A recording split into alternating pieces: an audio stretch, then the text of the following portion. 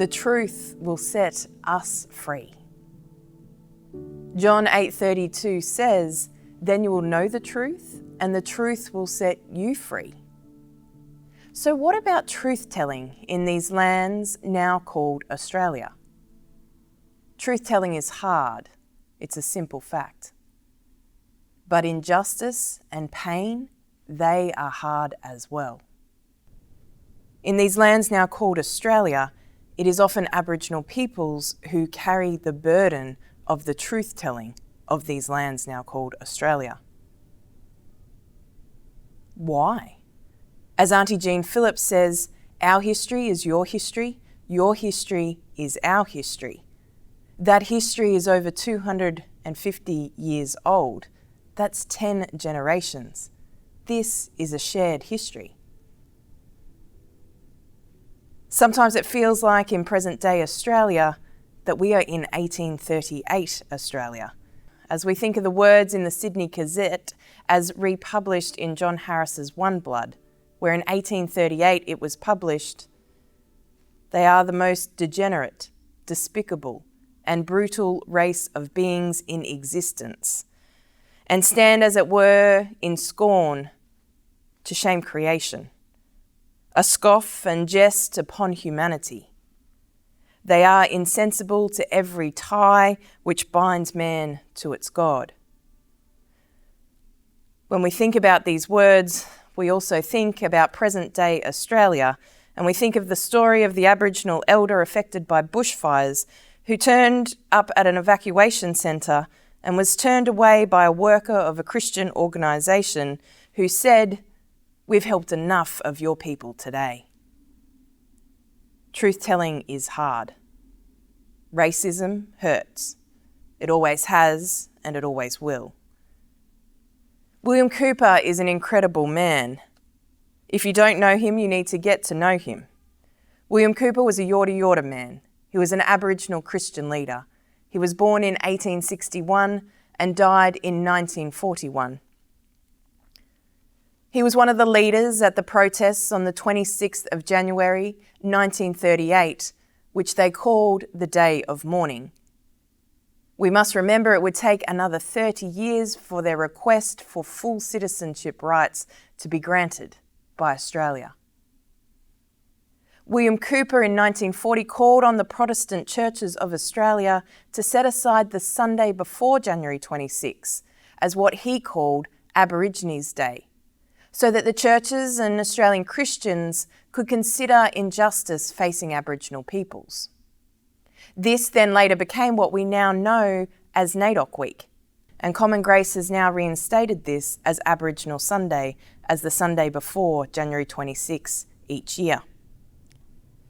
This is part of the true history of Australia, but I wonder how many of you actually know William Cooper? How many of you could actually tell William Cooper's story to someone else? There are so many stories. There is so much education. There's books, there's movies. There is so much evidence, legislation, speeches, letters. You only have to take off your shoes and socks and walk bare feet on the cement in our capital cities to learn the true history of these lands now called Australia. Every day you walk on Aboriginal land. Every day you walk on country, on someone's country. With all of these stories and all of this education, I ask myself, what has been the impact? And sometimes I feel there is only one avenue left: people's hearts. William Cooper also knew this. He once wrote, "The Aborigines have human affections, which can respond to human treatment. We are humans with feelings like yourselves in the eyes of Almighty God. We have our joys and our sorrows, our likes and our dislikes. We can feel pain, degradation, and humiliation just as you do. If you admit that, will you, like true men and women, do your bit to see the great injustice at least mollified by agitating for us to get a fair deal before it's too late? Maybe praying to change the heart of Australia is part of that fair deal. But when? Amos 5:21-23 rings in my ears, but it actually sounds like this. I hate your Australia Day on January 26, celebrated on a day when 230 years ago, the land was stolen. I take no delight in your mining expeditions that feed profit and greed. Even though you offer me your time and sometimes a few pennies on a Sunday, your church is on stolen land and you haven't paid the rent. I will not accept them. And the offerings of your ridiculous cost of statues that tell untruths, I will not look upon. Take away the noise of your national anthem where the words mean nothing. I will not listen to the melody when you destroyed the music of these lands. But let justice roll like a river, righteousness like a never-failing stream. These lands, now called Australia, have been bound in injustice since 1770, or 1688, or 1642. And so that's why I'm acknowledging the true history of Australia, and I'm praying to change the heart of Australia. I invite you to do the same. It will be with Jesus by our side who challenges us to fight for justice. I am up for the challenge, and I pray you are up for the challenge as well. As William Cooper once wrote, God's mercy endureth forever. Do right.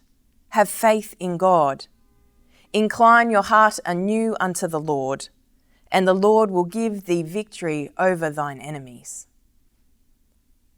In 2019, I collaborated with singer-songwriter Helen Wright on a lyrical poetry piece called A New Day.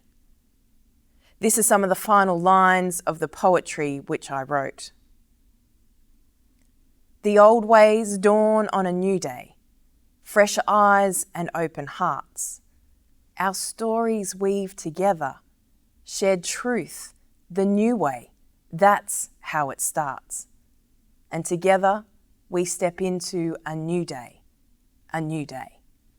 May that new day that we see together, that we share together, that we tell others about together, where we sit beside a mighty rolling river, where we are finally able to sing together, to sing a new song, a song of freedom, a song of love, and may the truth finally set us free.